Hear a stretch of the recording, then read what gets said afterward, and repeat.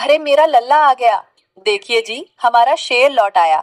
मेरा बच्चा, कितना कमजोर हो गया है तू शहर जाकर। वहां तुझे कोई खिलाता पिलाता नहीं था क्या? आ गया तू। बहुत दिन लगा दिए आने में। हमें लगा शहर की चकाचौंध में तू हमें भूल ही गया। पर चल, तू आ गया, यही बड़ी बात है। अब बता, पढ़ाई कैसी रही? अब तो तू बड़ा अफसर बन गया होगा, है ना? अब हमारे गांव का नाम रोशन होगा और मेरी सारी मेहनत सफल हो जाएगी।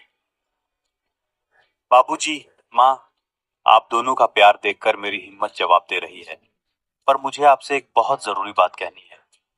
आप लोग बस मेरी बात सुन लेना, बीच में टोकना मत। अरे, ये कैसी बातें कर रहा है? तू तो बस अपनी खुशियां सुना। पहले पेट भर ले, फिर अपनी अफसर वाली बातें सुनाना। माँ, मैं कोई अफसर नहीं बना। सच तो ये है कि मैंने अपनी पढ़ाई छोड़ दी है। मैं अब आगे नहीं पढ़ना चाहता। क्या बोला तू? पढ़ाई छोड़ दी? लल्लन, होश में तो है तू? तुझे पता है मैंने तुझे शहर भेजने के लिए अपनी जमीन का एक टुकड़ा गिरवी रखा था, और तू कहता है कि तूने पढ़ाई छोड़ दी। क्यों? क्या हुआ वहां? हे भगवान, ये मैं क्या सुन रही हूँ? मेरा बेटा पढ़ाई छोड़ आया? नहीं नहीं, ये मेरा लल्ला नहीं हो सकता। सुनिए जी, जरा इसका चेहरा तो देखिए। मुझे लगता है इस पर कोई ऊपरी साया चढ़ गया है। जल्दी से पंडित जी को बुलाइए। चुप कर तू। भूत प्रेत की बातें बंद कर। लल्लन, मुझे साफ सालोस बता कि तूने पढ़ाई क्यों छोड़ी। मैं तुझे अफसर बनाना चाहता था, ताकि तुझे मेरी तरह धूप में जलना ना पड़े, और तूने सब मिट्टी में मिला दिया। बाबूजी, गुस्सा मत कीजिए। मैंने पढ़ाई इसलिए छोड़ी क्योंकि मुझे समझ आया कि नौकरी में एक सीमित तनख्वाह मिलती है। मैं अपना खुद का काम शुरू करना चाहता हूँ। हमारे गांव में खाने पीने की अच्छी जगह नहीं है, इसलिए मैंने फैसला किया है कि मैं गांव में पहला मटन ढाबा खोलूंगा। मटन ढाबा? क्या? मेरा पढ़ा लिखा बेटा अब मटन बेचेगा? अरे सुनिए जी, कोई पंडित जी को बुलाओ, इसकी झाड़ फूंक कराओ। मेरा बेटा अफसर बनने गया था और लौटकर हलवाई बनाया। हाय राम, अब गांव वाले क्या कहेंगे कि मक्खन का बेटा शहर जाकर मटन पकाना सीख आया। तूने मेरी उम्मीदों का जनाजा निकाल दिया लल्लन। जिस पैसे से तू अपनी डिग्री लेता, उस पैसे से तू अब मटन बेचेगा? तूने मुझे धोखा दिया है। बाबूजी, ये धोखा नहीं, समझदारी है। नौकरी में हम दूसरों के लिए काम करते हैं, लेकिन बिजनेस में अपने सपने पूरे करते हैं। मैं इतना कमाना चाहता हूँ कि आपके सारे कर्ज चुका दूं, जमीन वापस ले आऊं और माँ की हर खुशी पूरी कर सकूं। बड़ी बड़ी बातें करना आसान है लल्लन, लेकिन ढाबा खोलने के लिए पैसा चाहिए। क्या हवा से निकालोगे या फिर मुझसे ही मांगोगे? याद रखना, अगर मुझसे 1 रुपया भी मांगा तो घर से बाहर कर दूंगा। बाबूजी, मुझे पता था आप यही पूछेंगे। इसलिए शहर में पढ़ाई के साथ साथ मैंने छोटे मोटे काम करके कुछ पैसे बचाए हैं। उन्हीं पैसों से मैं अपना छोटा सा मटन ढाबा शुरू करूंगा। मुझे बस आपका आशीर्वाद और साथ चाहिए। गांव का मशहूर चाय का दुकान, जहां चारों तरफ शोर शराबा है। जग्गू और बिरजू, जो गांव के सबसे बड़े निकम्मे और गपोड़ी हैं। अरे बिरजू, तूने सुना? मक्खन का लड़का लल्लन लौट आया है। सुना है बहुत बड़ा आदमी बनकर आया है, पर खबर तो कुछ और ही है। लोग कह रहे हैं कि वो अफसर नहीं, बल्कि मटन का हलवाई बन गया है। क्या बात कर रहा है जग्गू? वही लल्लन जो किताबों के बिना सोता नहीं था, अब वो मटन बेचेगा? अरे मुझे तो लगा था कलेक्टर बनकर आएगा और हमें मुफ्त में जमीन दिलाएगा, लेकिन अब उससे मटन की प्लेट मांगनी पड़ेगी।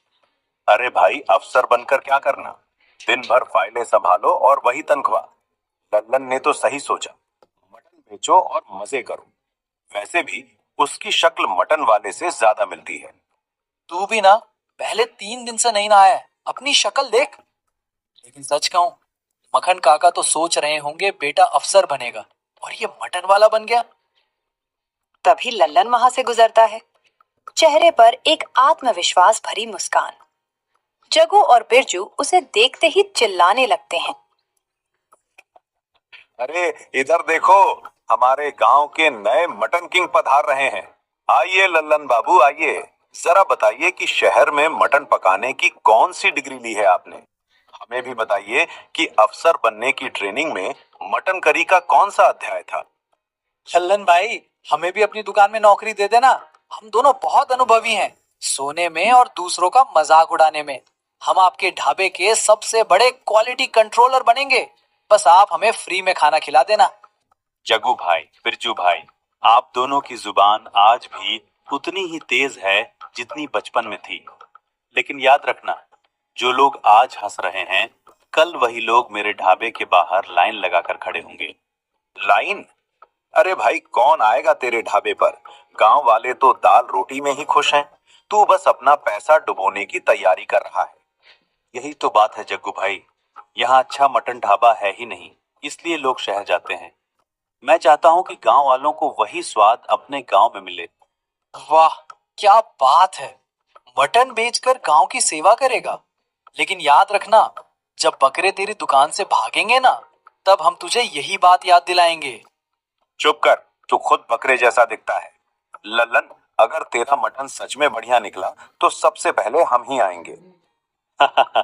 जरूर जग्गू भाई, आपके लिए खास इंतजाम रहेगा। बस अपनी भूख बचाकर रखना। गांव के किनारे लल्लन का छोटा लेकिन साफ सुथरा ढाबा खुल चुका है।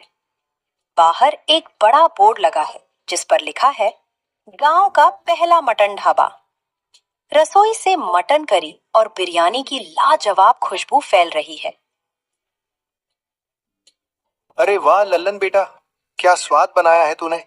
मटन एकदम मक्खन की तरह गल रहा है और मसालों का स्वाद भी कमाल का है। तूने तो गजब कर दिया। धन्यवाद काका। मैंने इसमें कुछ खास गांव के मसालों का इस्तेमाल किया है। आप बताइए, नमक और मिर्च ठीक है ना?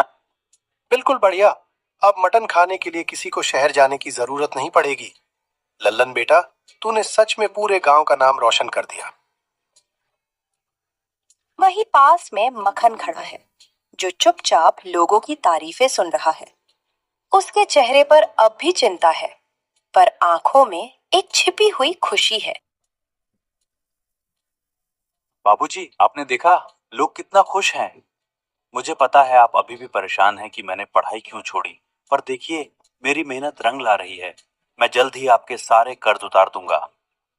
स्वाद तो अच्छा है लल्लन, लेकिन बिजनेस में उतार चढ़ाव आते हैं। आज लोग तारीफ कर रहे हैं, कल ग्राहक कम हुए तो क्या करेगा? मैं तो बस चाहता था कि तेरी एक पक्की नौकरी हो। बाबूजी, सुरक्षा में विकास नहीं होता। जो जोखिम लेता है वही आगे बढ़ता है। मैंने अपनी पढ़ाई नहीं छोड़ी, बस सीखने का तरीका बदल लिया। मैं अब जीवन की पाठशाला में पढ़ रहा हूँ। आप बस मुझ पर भरोसा रखिए।